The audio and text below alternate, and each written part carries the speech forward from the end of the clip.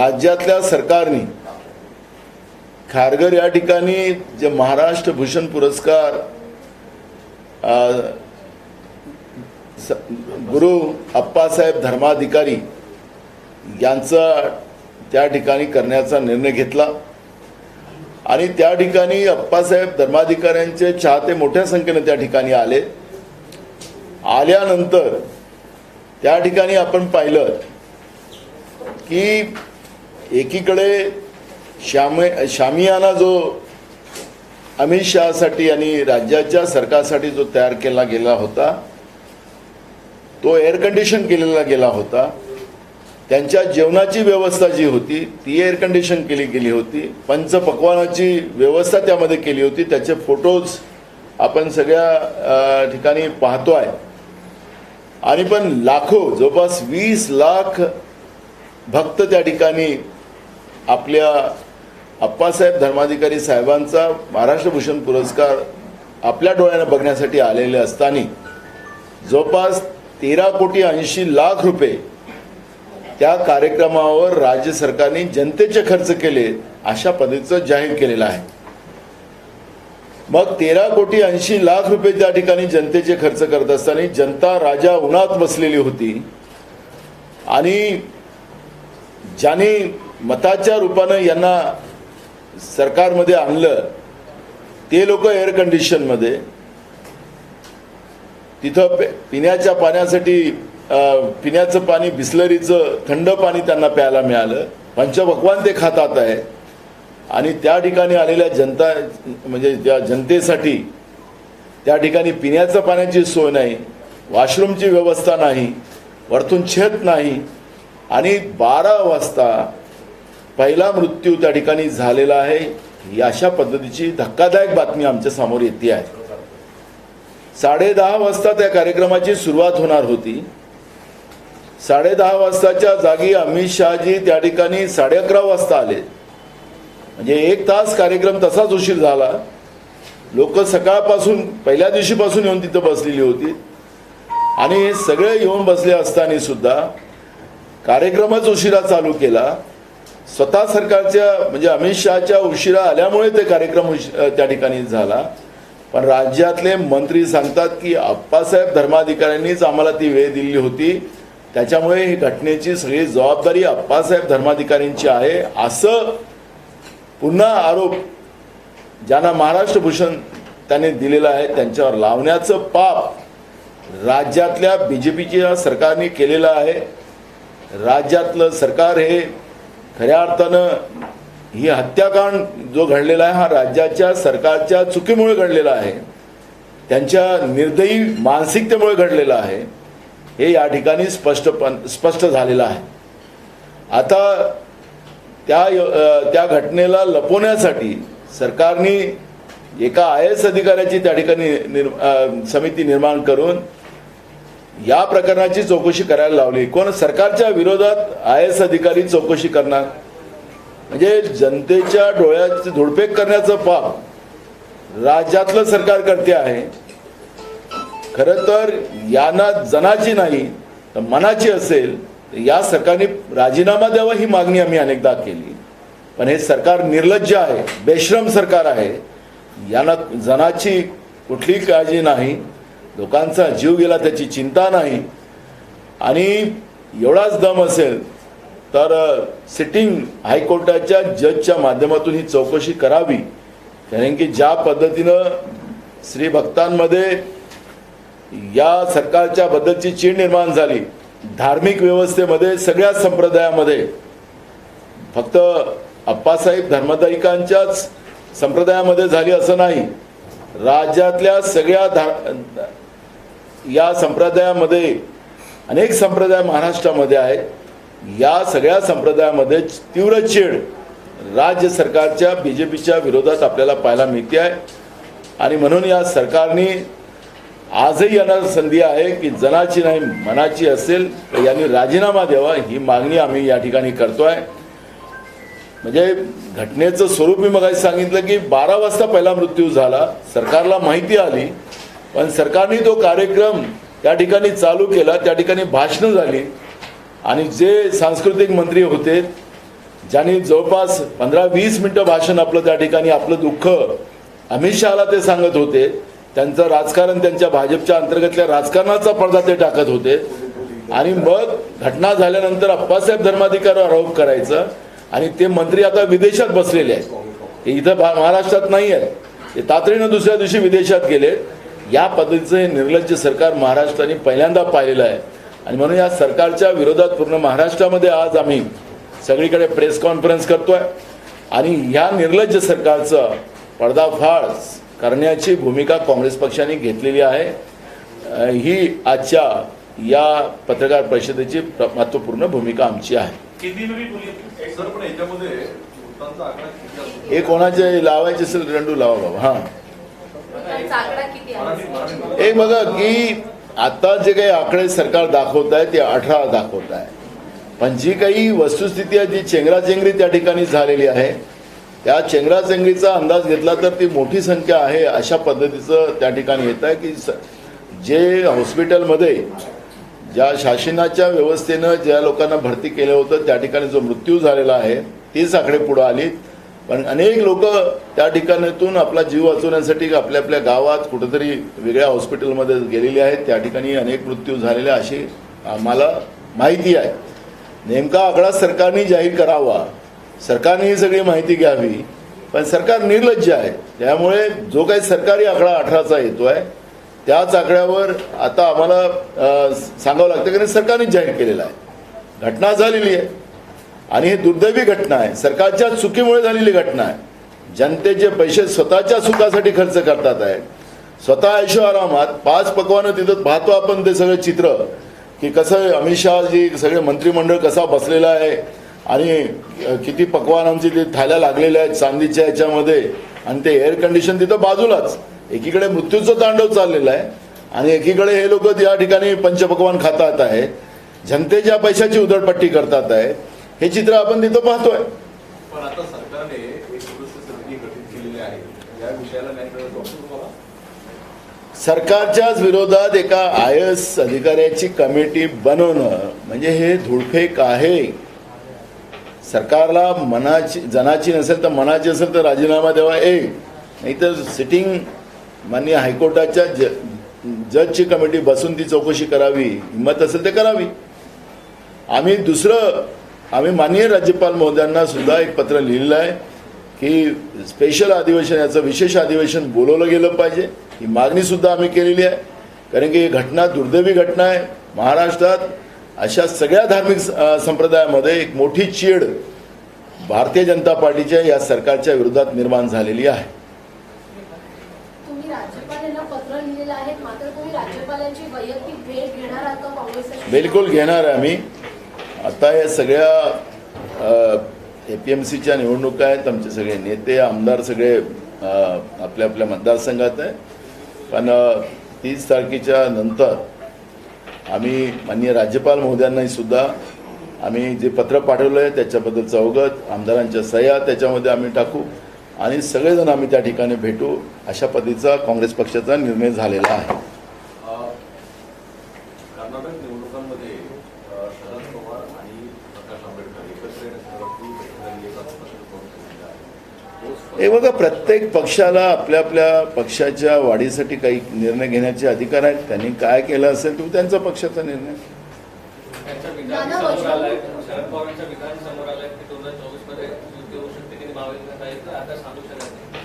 काँग्रेस पक्षाची भूमिका स्पष्ट आहे.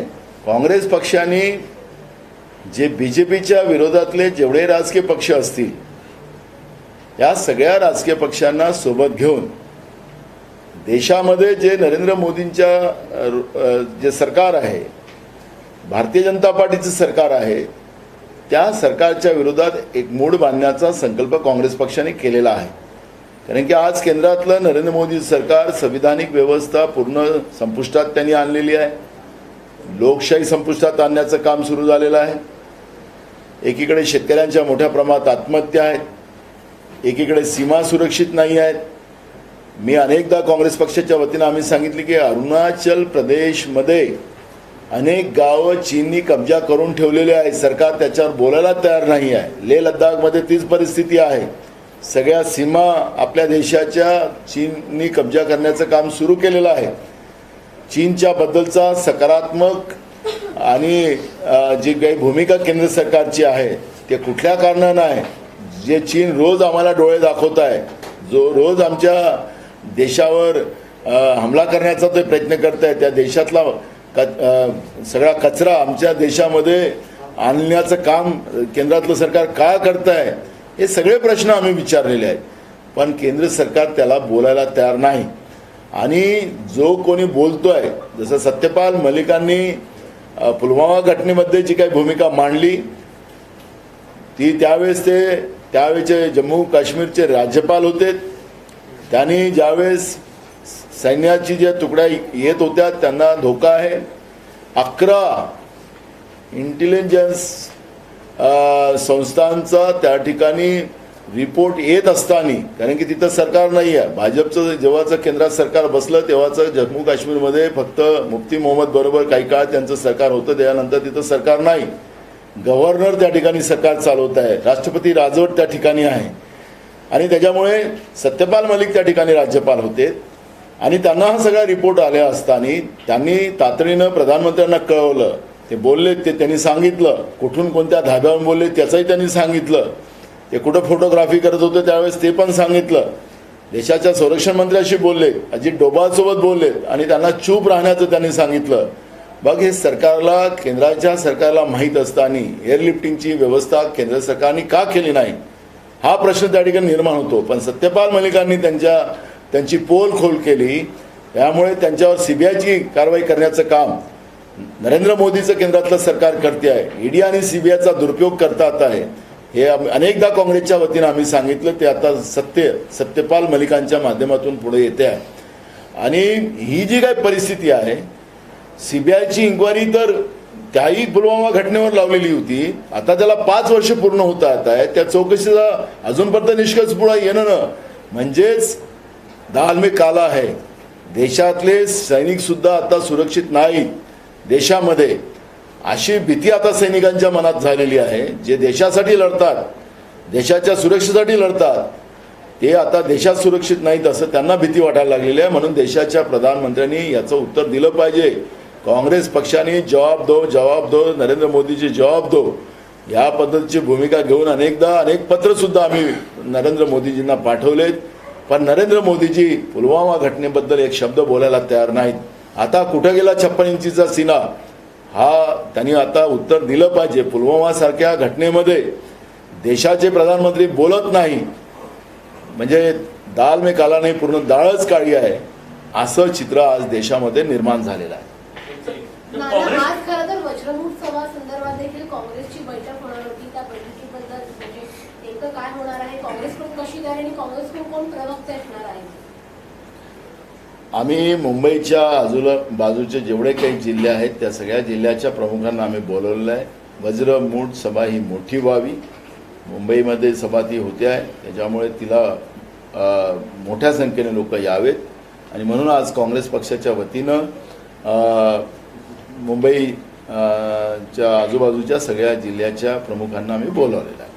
वज्रमूठ सभा में शरद पवार जी मराठी हो गया? नाही, एक प्रश्न, अशी एक माहिती मिळत आहे की कुठल्याही वज्रमूठ सभेला आता शरद पवार उपस्थित राहणार नाहीये, त्याकडे तुम्ही कसं पाहता? कुठल्याही म्हणजे काय, ज्या आता होऊ घातलेल्या पण पहिले नव्हतेच ना.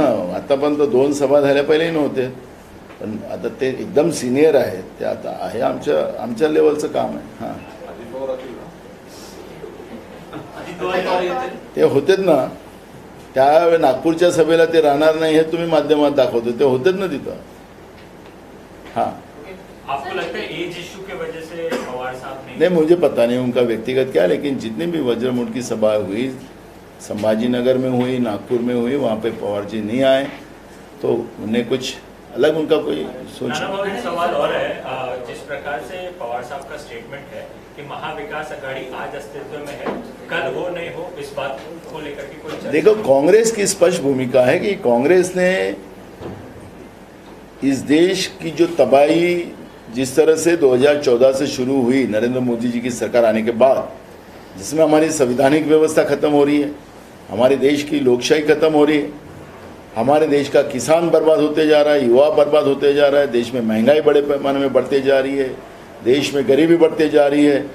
और जिस तरह से ये स्थिति जो बनी हुई है, इस स्थिति को देखकर कांग्रेस की भूमिका ये रही है कि जितने भी बीजेपी के विरोध के जो दल है उनको एक साथ लाकर देश को पहले बचाना, ये संकल्प कांग्रेस का है।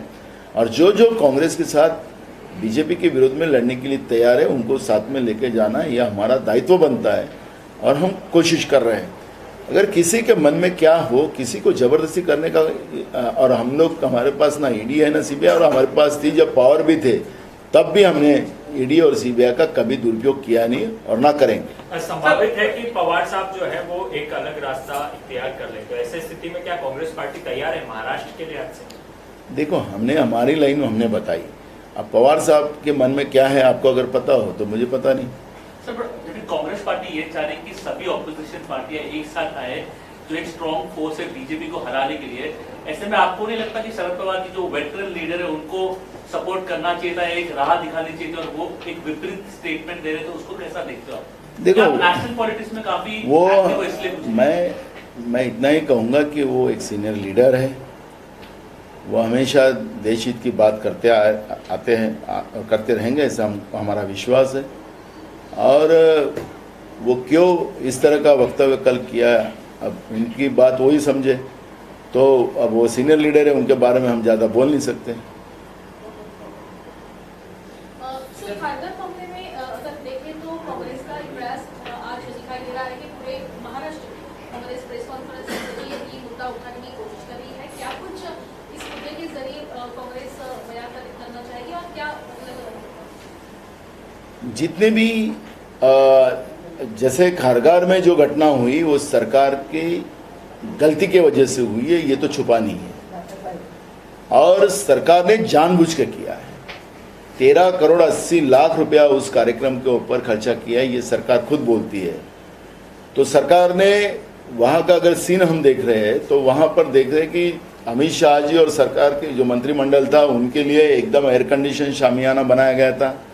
उसके बाजू में ही खाने की बढ़िया सुविधा की जा गई थी, जैसे राजा महाराजा खाते उस तरह का पंच पकवान, और उनकी बैठने की और चांदी की थालियों में खाना खा रहे, पूरा भोज को हम देख रहे हैं, उसके फोटोग्राफ सामने आए हैं। तो जनता राजा जो है, लोकतंत्र में जनता राजा होती है, लेकिन जो लोगों के वोटों से चुन के आने के बाद लोगों को ही धूप में खड़ा रख सकते, लोगों को सिंपल पानी भी पिला नहीं सकते, ये सरकार की गलती है।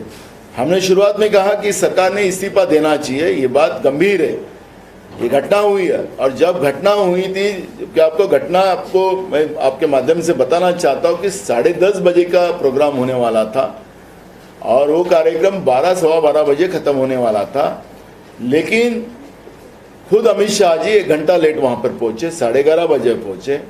कार्यक्रम की जब शुरुआत हुई तब 12 बज गए थे। 12 बजे पहला वहाँ पर एक मृत्यु हो चुकी थी और वो सरकार को मालूमात थी, सरकार को रिपोर्ट आ गई थी। तो भी वहाँ पे मृत्यु होने के बाद भी सरकार ने वो कार्यक्रम कंटिन्यू रखा, वो 1:45 बजे खत्म हुआ। और उस समय में लोगों को पीने का पानी नहीं था, वहीं पे 5-6 लोग तो उसी कार्यक्रम के अंतर्गत मर गए और वहीं पे चंगरा चंगरी हुई। और ये वस्तुस्थिति है। अब सरकार छुपाने के लिए एक IAS अधिकारी की कमेटी बनाकर सरकार की इंक्वायरी खुद नहीं कर सकती।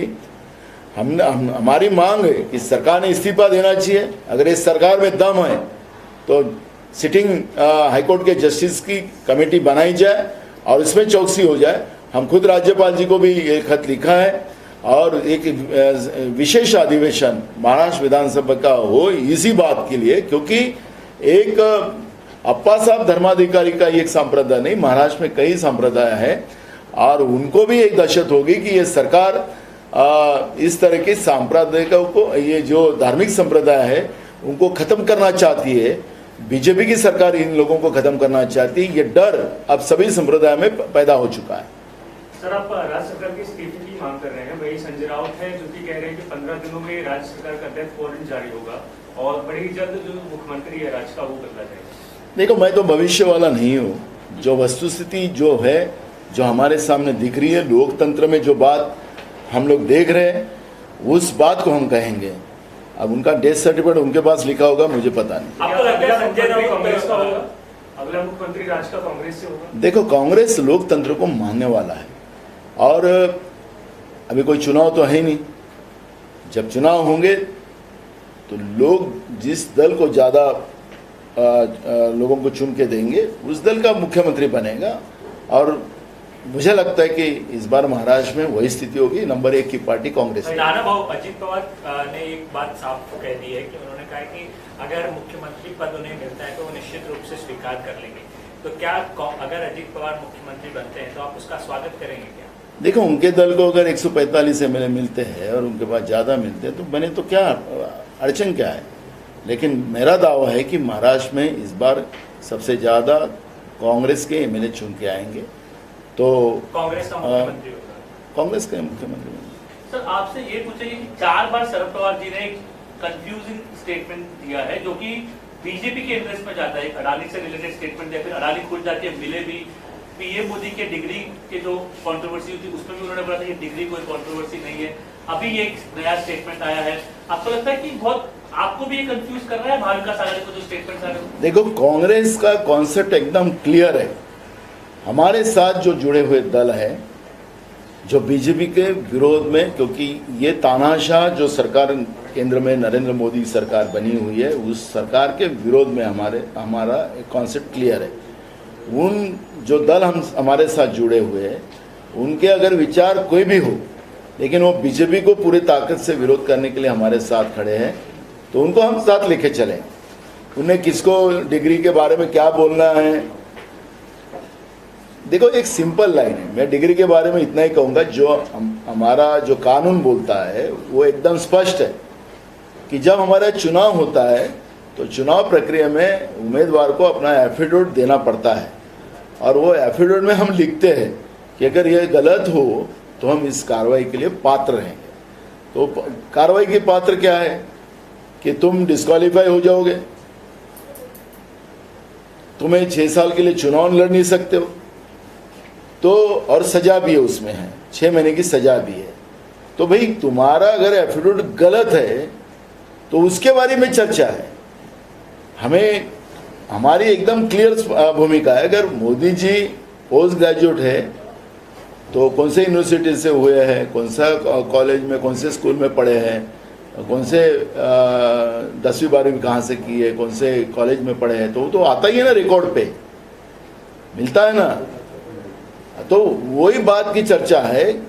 कोई कहते हैं कि उनकी डिग्री असली है, कोई बोलता है कि नकली है, कहीं वो यूनिवर्सिटी का स्पेलिंग कोई लोग बताते कि ये कैसा लिखा गया है।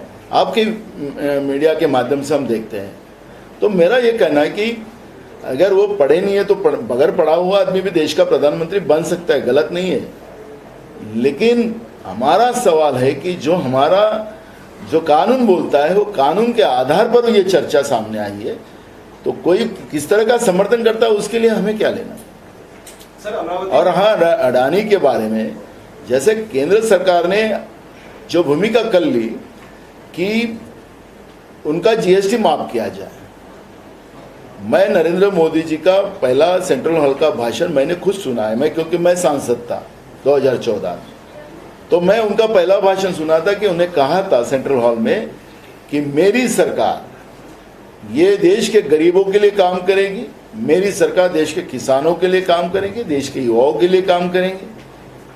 तो हमें पता था कि देश में गरीबी बहुत पैमाने में बढ़ी हुई है, युवाओं में बेरोजगारी बड़े पैमाने में, किसान रोज आत्महत्या कर रहे हैं। तो ये सरकार नरेंद्र मोदी जी की इनके लिए काम करेगी।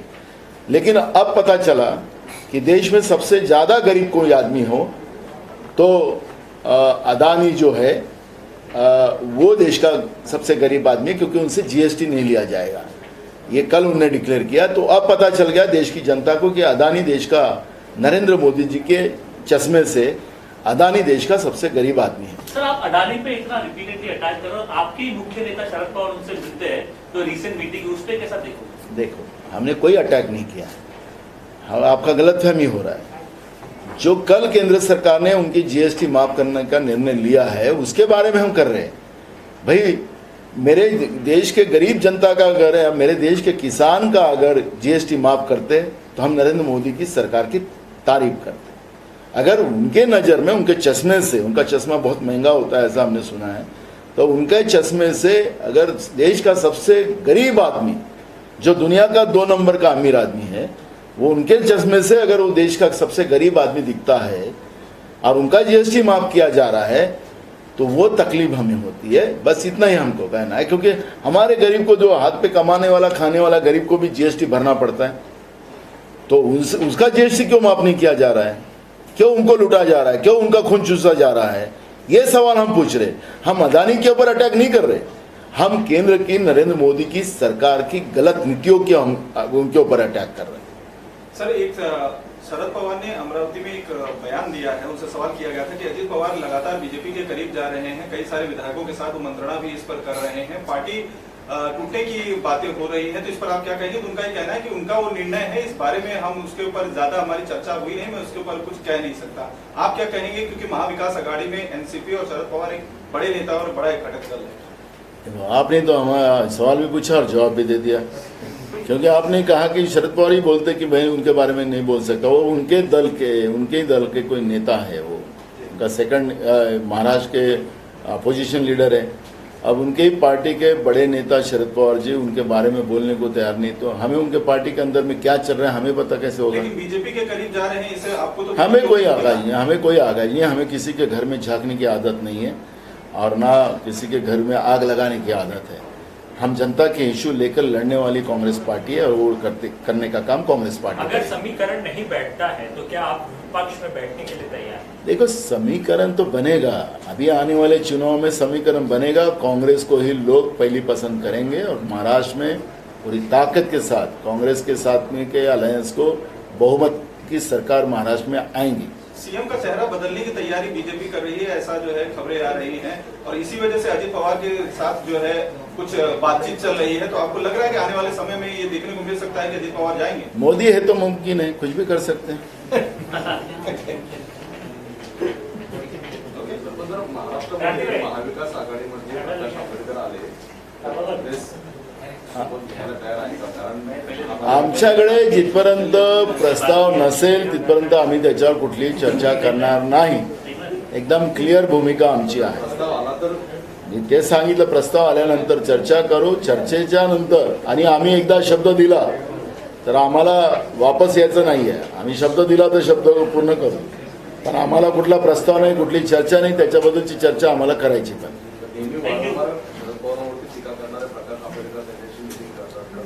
राजकारणात काही होऊ शकतं, राजकारणात दोस्तही नसतो आणि दुश्मनी नसतो।